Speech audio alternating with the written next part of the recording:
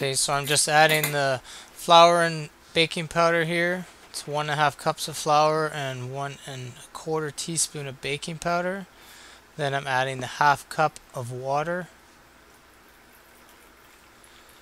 I use a scale just because I like the accuracy better. Then just mix that up until you can get all the water incorporated into the flour.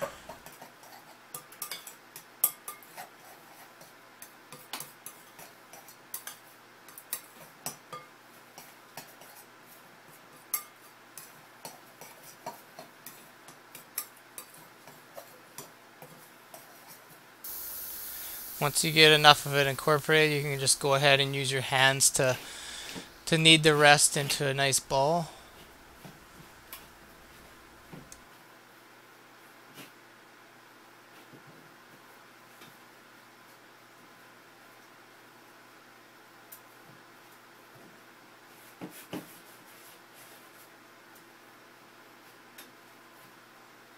So once you've got a nice ball there, just cut that into half and then just kind of push down the 1/2 there and roll it out as best you can into a circle.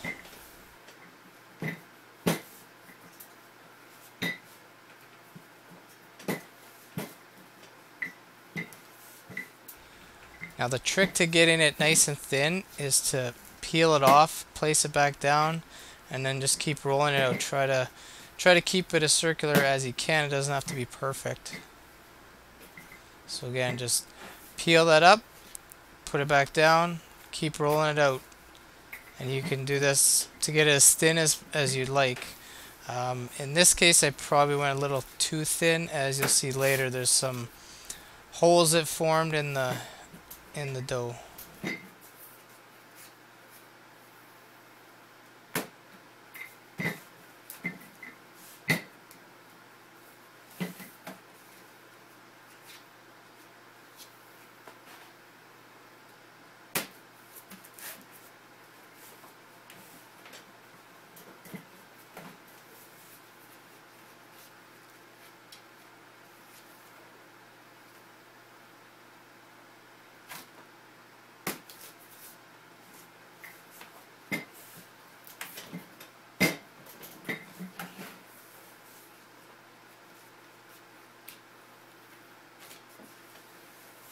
So next we're going to mix up a little bit of filling here. So it's 4 tablespoons of brown sugar, and then 1 tablespoon of applesauce. I'm using unsweetened applesauce, and then 1 teaspoon of cinnamon. So just stir that up and it'll just kind of form into a paste. So it might seem too dry, but just keep stirring. It'll eventually form into a paste.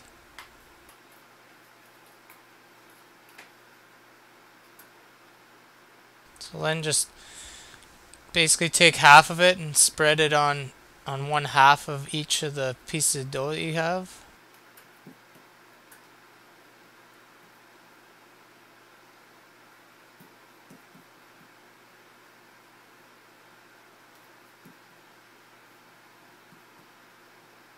So next we're adding the apples. I tried a bit of an experiment here. I cooked 1 apple in my pressure cooker just to see the difference between pre-cooking the apples and then just leaving them fresh. So once you got the apples in there, then it's just a matter of folding over the dough and just kind of think of it as a giant pierogi.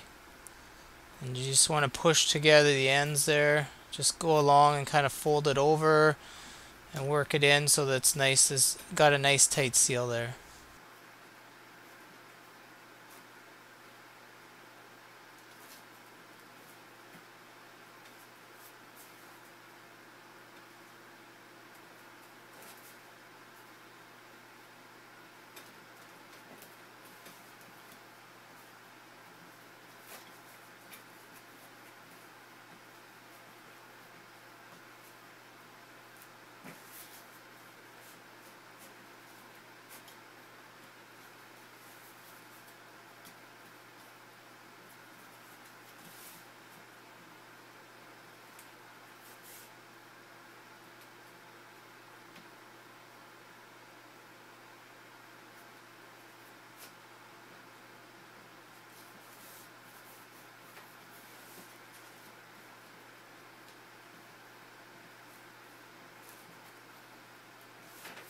So here's the second one I did. This one I cut up 2 fresh apples, and as you can see there's way too much. So in the first one I had 1 cooked apple, so I should have had 1.5 apples for each pasty. So as you can see I had to take a bunch out here just so it would fit. So again, try and seal up both sides there just like a giant pierogi. So just kind of fold it over, pinch it, twist it, whatever you got to do. I'd recommend not pre-cooking the apples, just cut them up fresh and put them in. The fresh one turned out better.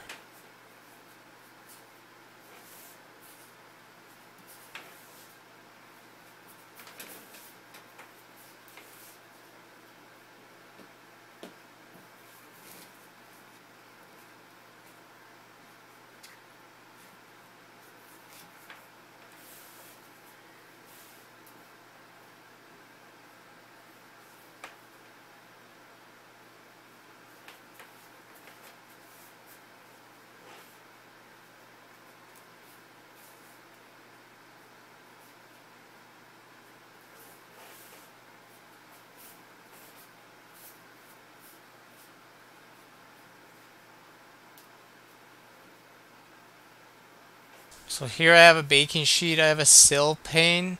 It's like a sill pad, except it's actually made for bread making.